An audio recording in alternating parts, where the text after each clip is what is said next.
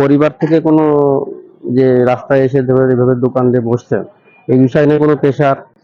না মানে প্রেশার পরিবার থেকে অনেকে দিয়েছে, যে এটা আমি মানে কোনো খারাপ নজরে দেখি না। না, আমি ওটা নিজেকে পরে খুব প্রাউড ফিল করি যে না, আমার 10,000 টাকার জিনিসের তুলি তো 10,000 টাকা আমার সেল হয় আলহামদুলিল্লাহ। তো যখন আমি বসতে তখন কেউ ছিল না, আমি ভয় পেতাম যে আমি মেয়ে মানুষ একা এখানে রোড সাইডে কেক সেল করবো আর কাউকে তো দেখছি না।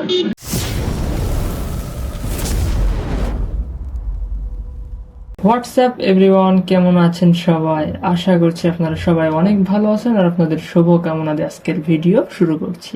আজকের ভিডিওটি আমাদের এমন একজন নারীকে নিয়ে যে নিজের ফ্যামিলিকে সাপোর্ট দেওয়ার জন্য যশোর প্যারিস রোডে রাস্তার পাশে একটি কেকের স্টল দিয়েছে এবং তারই হাতে বানানো কেক খাওয়ার জন্য এখানে অনেক মানুষ ভিড় করে প্রতিদিন। তো চলুন জেনে আসি রাস্তার পাশে তার এই কেকের স্টলটি দেওয়ার কারণ কি এবং কিভাবে সে আস্তে আস্তে শুরু করলো এই বিজনেসটা। আপু, আপনার নামটা যদি একটু বলতেন আমাকে। আমার নাম আরিফা ফেরদৌসী বুশরা। আপনি এই কেকের যে বিজনেসটা করছেন, এটা কতদিন? আমি হচ্ছে অফলাইনে মানে রোড সাইডে সেল করছি 2 মাস হয়ে গেছে। 2 মাস হয়ে গেছে। আপনার অনলাইনে পেজের থেকে কি সেল হয়, অর্ডার আসে?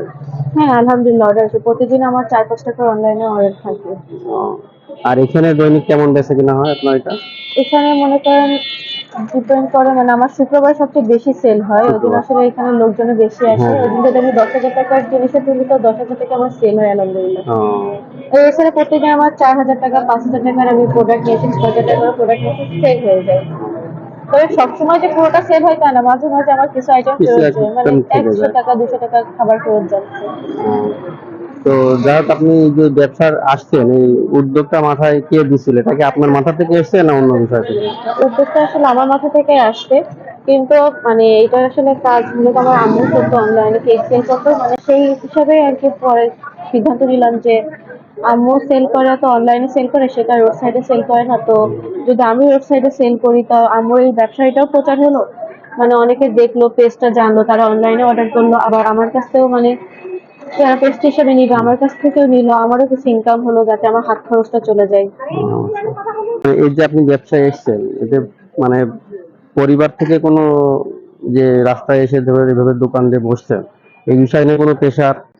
না মানে প্রেশার পরিবার থেকে অনেকে দিয়েছে, যে কেন আমি এমন ফ্যামিলি, মানে আলহামদুলিল্লাহ আমার ফ্যামিলির অবস্থা অনেক ভালো, মানে তাদের মানে আমার ফুফু, তারপর হচ্ছে অন্যান্য অনেক আত্মীয় স্বজন আছে, তাদের কমপ্লেন যে কেন আমি এই ফ্যামিলির মেয়ে হয়ে হুম, রাস্তায় কেন বসছি।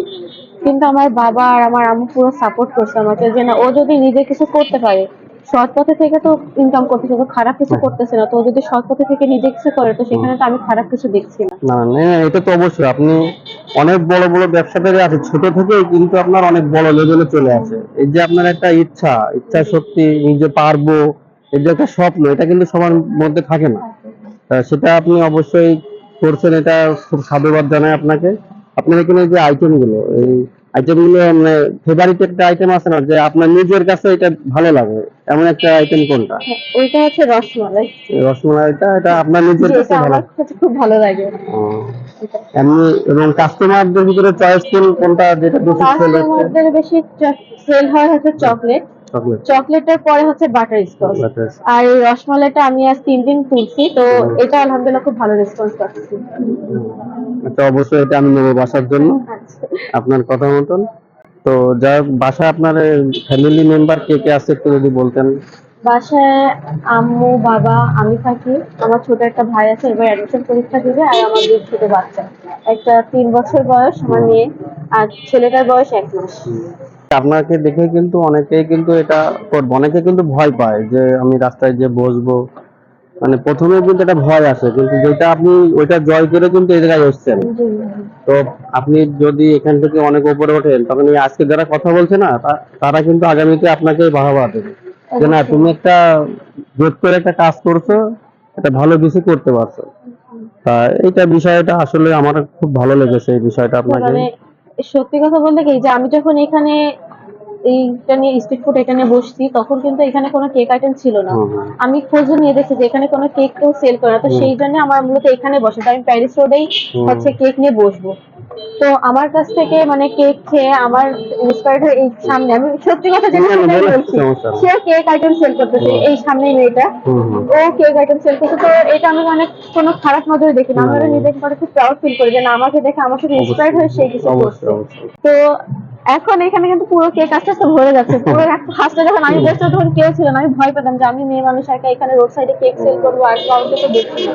তো এখন আমাকে দেখে অনেক মেয়েরা এখানে বসে, তো সেটা আমি আস্তে আস্তে আমার সাহস যোগাতে যে না, তাহলে আর তারাও সাহসটা আছে। বাড়ছে। জি কিন্তু আপনি যে প্রথমে এসে এটা করছেন, এটা কিন্তু আপনার থেকে কেউ নিতে পারবে না।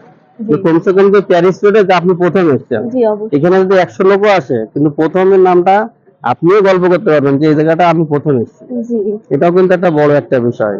এই ছিল আজকের ভিডিওটি যদি ভালো লেগে থাকে লাইক কমেন্ট শেয়ার করে দেবেন, এবং এই আপুর হাতের কেক খাওয়ার জন্য আমাদের ডিসক্রিপশনে দেওয়া লিংকে ক্লিক করে আপুর পেজে চলে যাবেন, পেজটি ফলো করে দিবেন এবং ওখান থেকে কেকের অর্ডার করে আপনারা কেক খেতে পারবেন। ইনশাল্লাহ খুব ভালো মানের স্বাস্থ্যকর কেক পাবেন রিজনেবল প্রাইসে। তাহলে আজকের মতো ভিডিওটি এখানেই শেষ করছি, দেখা হচ্ছে পরবর্তী ভিডিওতে। ততক্ষণ পর্যন্ত ভালো থাকুন, সুস্থ থাকুন, টেক কেয়ার, আল্লাহ হাফেজ।